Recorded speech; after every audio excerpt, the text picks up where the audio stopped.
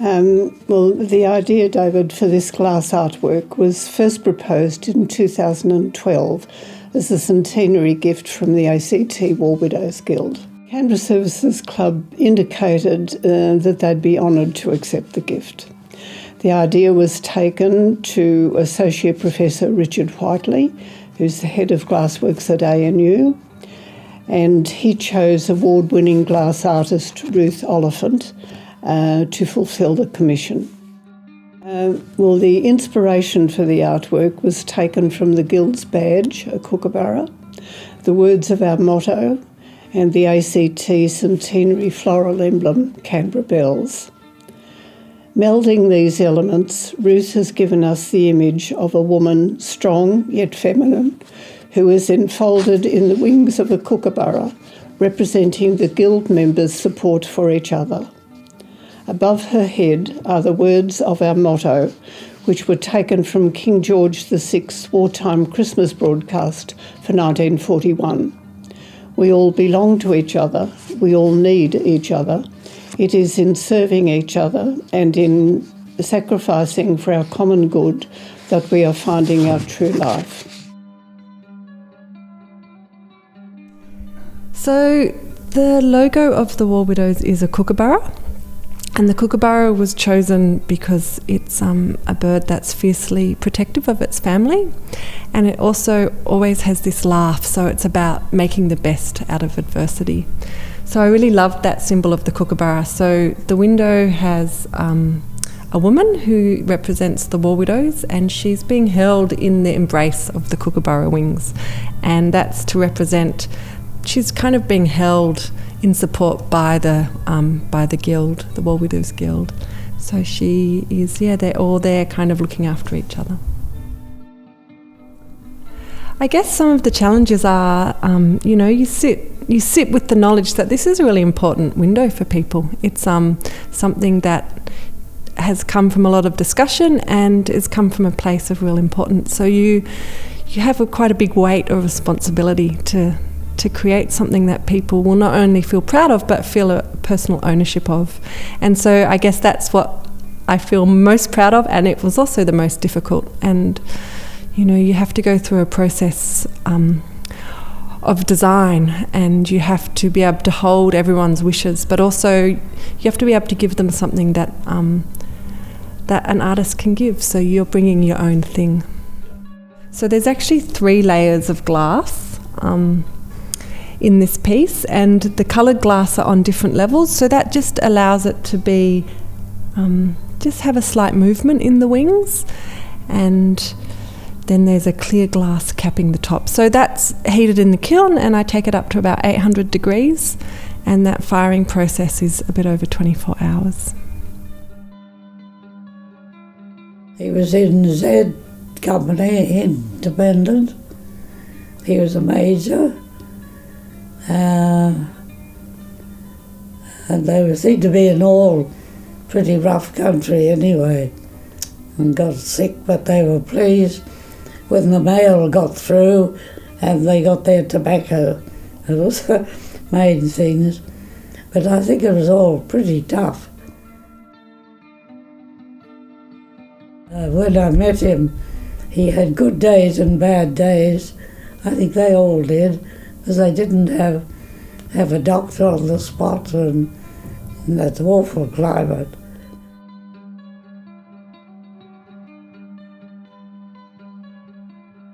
I've got a nice lot of friends, and they say, "Why do you stay here?" I said, "Well, why go to a room? Just as a home. I know they do a good job, but so long as I can get up and down the steps." I've got a couple of little gardeners, you might have seen them. They're from Burma. Yes, they did. But no, you can get help here, we're lucky. And through the War Widows, we all do things together, and a lot of them have been through a lot of hard times. So we just hope for the best.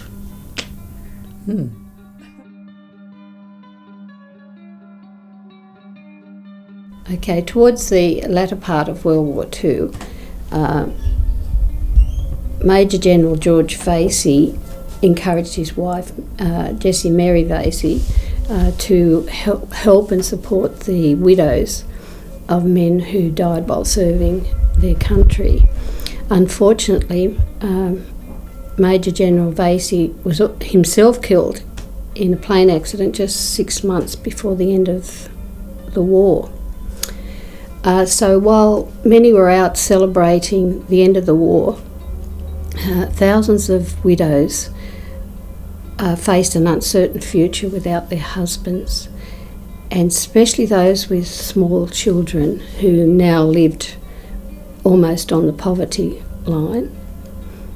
So Mrs. Vasey, now a widow herself, she started to unite the widows so that as one voice they could express their needs.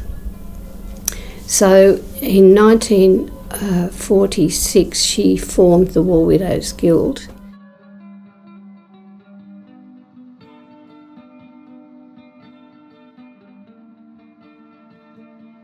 You had to be quite self-sufficient in many ways. I had 2 children at that time.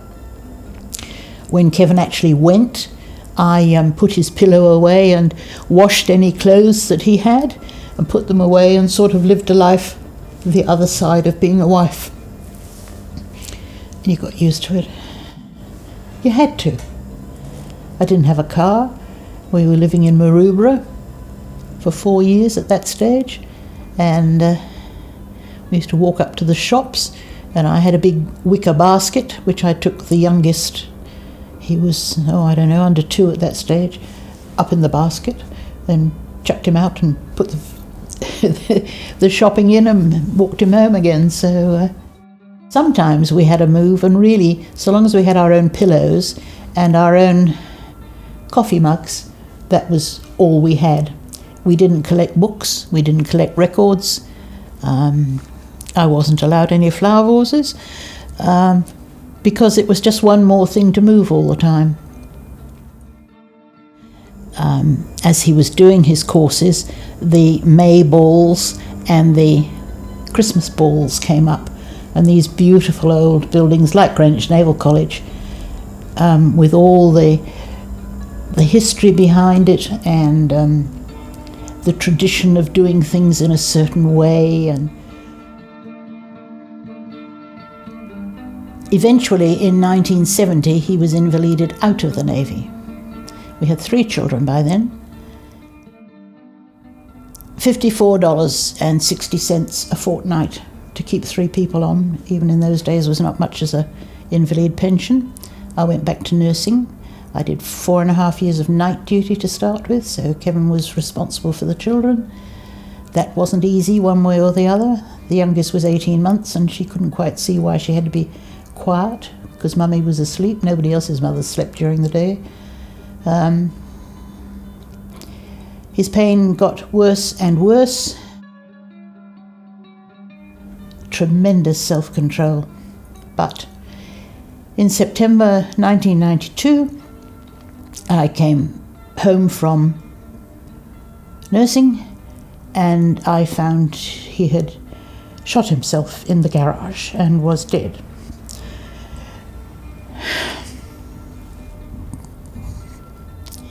So I was very lucky in that I worked in the emergency department and I knew the ambulance men and I knew the police, and they all were absolutely tremendous.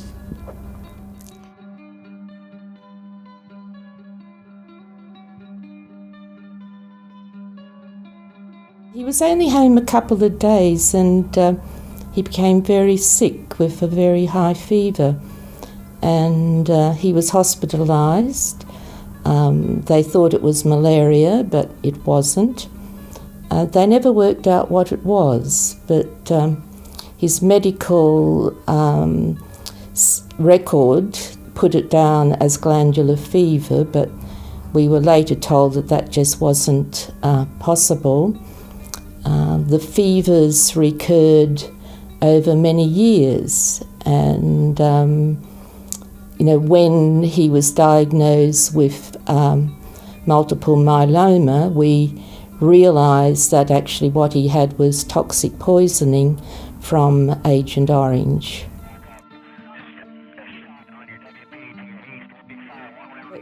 We didn't know anything about PTSD in those days, and it's only in hindsight, that I realise that there was a problem. I got the letter from DVA confirming that I was eligible for a War Widows pension.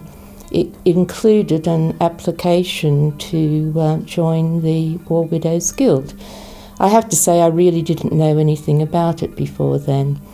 But unfortunately that doesn't happen these days. So the War Widows Guild, is struggling, attracting new members, even though there are still a lot of war widows being created.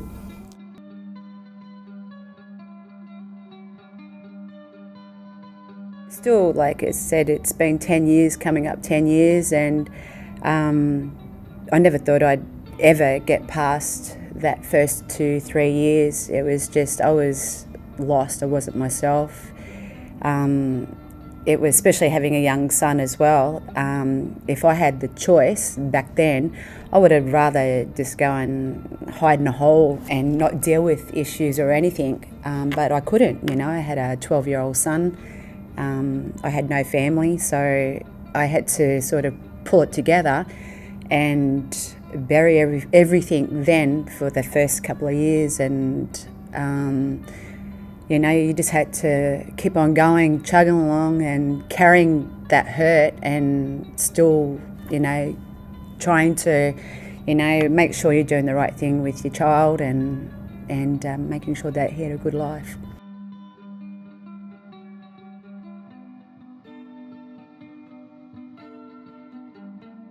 A couple of years ago, it would be 4 years ago, my girlfriend lost her husband, which also he was a pallbearer for Matt's funeral. And I always said to her, you can't give somebody tips or pointers or anything, because we're all different and we all carry it in different ways. But I did say to her that pain, it gets softer as time goes on, but you've just got to learn to live with it. Because it never goes. I know I'm going to be an old woman, and I'm still going to get upset and cry and think about those times and that. But that's I always said to her, it's never going to go. That pain will never leave. You just manage and you deal with it.